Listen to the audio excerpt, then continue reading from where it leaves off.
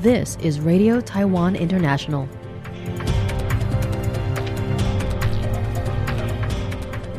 Welcome to the news on Radio Taiwan International. I'm Joey Chow, coming to you from Taipei, Taiwan, and we begin with a look at today's top stories for 2025, September 23rd. Taiwan's biotech industry revenue surpasses $25 billion. Arizona emerges as focal point of Taiwan-US semiconductor ties. And Taiwan is to launch a trial emissions trading system in 2024. But first, today's top story. President Lai Ching-te says that he hopes Taiwan's biotech industry sector would work with the government to leverage the nation's medical expertise and high-tech strengths to build another industry titan after TSMC. The biotech industry posted record revenue, generating nearly 800 billion NT dollars, approximately $25.66 billion last year. Lai made the remarks Tuesday while receiving winners of this year's Taiwan Bio Awards. He thanked the Taiwan Bio Industry Organization for launching the awards in 2011, saying the program has injected fresh momentum into the biotech field. This year's awardees span biotech pharmaceuticals, regenerative medicine, advanced medical equipment, medical AI, agricultural biotechnology, and health foods, showcasing the sector's diversity.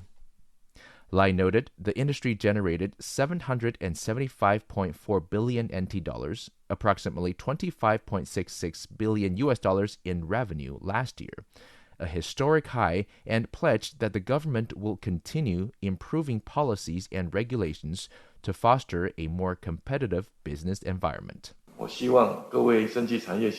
hope the leaders of the industry can work closely with the government to jointly leverage Taiwan's medical strengths and high-tech advantages, driving steady growth of the biotech sector and building another sacred mountain protecting the nation. We also hope that in the near future, output will reach the trillion NT dollar level.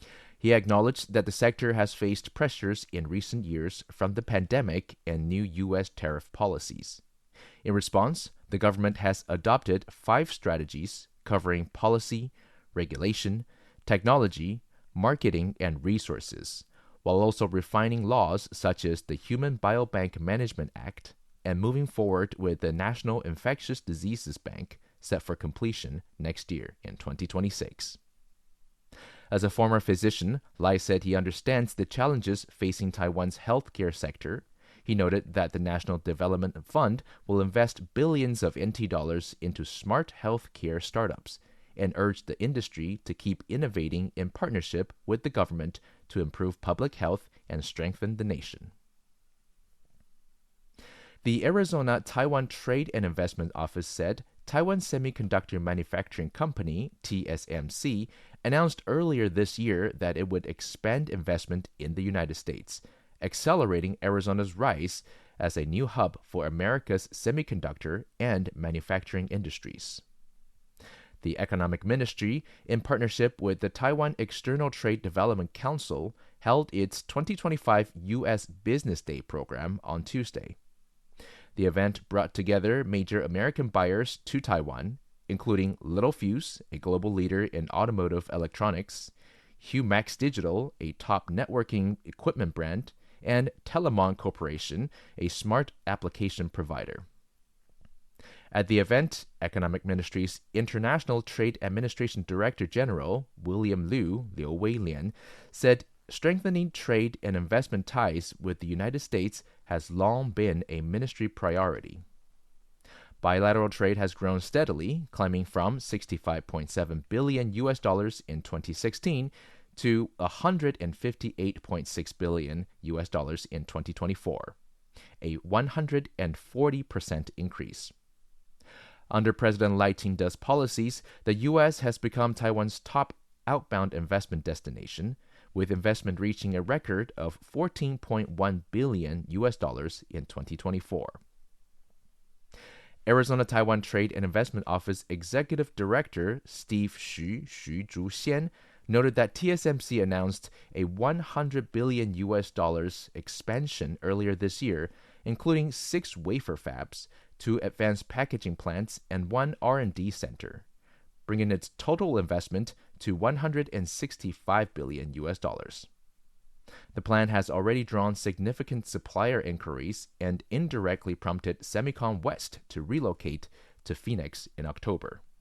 过去50年的 Semicon West 都在 San Francisco. For the past 50 years, Semicon West has been held in San Francisco. This is the first time in 50 years that it will be held in Phoenix, and this is a very big, important turning point. In the next 6 years, it will alternate between San Francisco and Phoenix. But after those 6 years, it will basically be in Phoenix.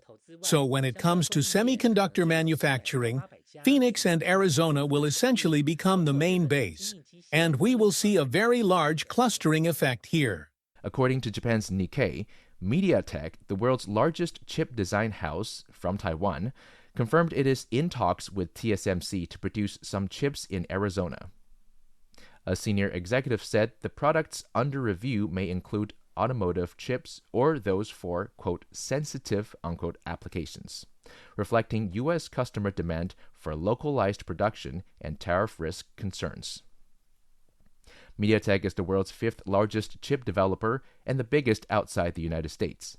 Its clients include Amazon, Google, Cisco, Samsung, Xiaomi, Oppo, and Vivo.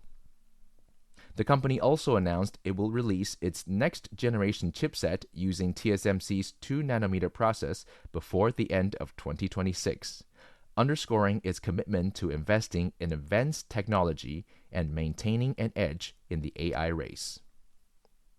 Meanwhile, reports said TSMC has already secured 15 customers for its 2nm process, with AI-related applications fueling surging demand. The company's shares hit a new intraday high of 1,340 NT dollars, approximately $44.34 in Taipei, trading on Tuesday. Analysts say competitors still face yield issues, leaving customers heavily reliant on TSMC's supply. Environmental Minister Peng Chi-ming announced that Taiwan will launch a trial emissions trading system, ETS, in the second half of 2026 to encourage more companies to engage in carbon reduction. He also noted that Taiwan does not rule out exploring new generation nuclear power. At the Asia Carbon Pricing Forum on Tuesday, an international event organized by the Environmental Ministry to deepen global exchanges on carbon pricing policies and explore strategies for Taiwan's mid to long-term roadmap, Peng said companies will pay carbon fees in May next year based on their total emissions from this year. As of 8 a.m. Tuesday, Typhoon Rugasa was located 350 kilometers southwest of Luanbi, the southern tip of Taiwan. The storm has so far caused 34 incidents and 6 injuries nationwide, with torrential rain prompting residents near the Matai'an River in Hualien to evacuate. Although Rugasa's center only brushed the southern tip of Taiwan overnight, it generated heavy rain, strong winds, and thunderstorms on the windward side. From Monday through Tuesday morning, accumulated rainfall exceeded 300 millimeters along the east coast and in Pingdong County, with more than 200 millimeters recorded in New Taipei City and Taoyuan. Premier Zhuo Rongtai canceled an appearance at the legislature Tuesday morning to review the latest developments at Matai'an River landslide dam. Central Emergency Operations Center, CEOC officials have warned that the barrier lake, which formed in July after a landslide, may overflow earlier than expected due to the typhoon.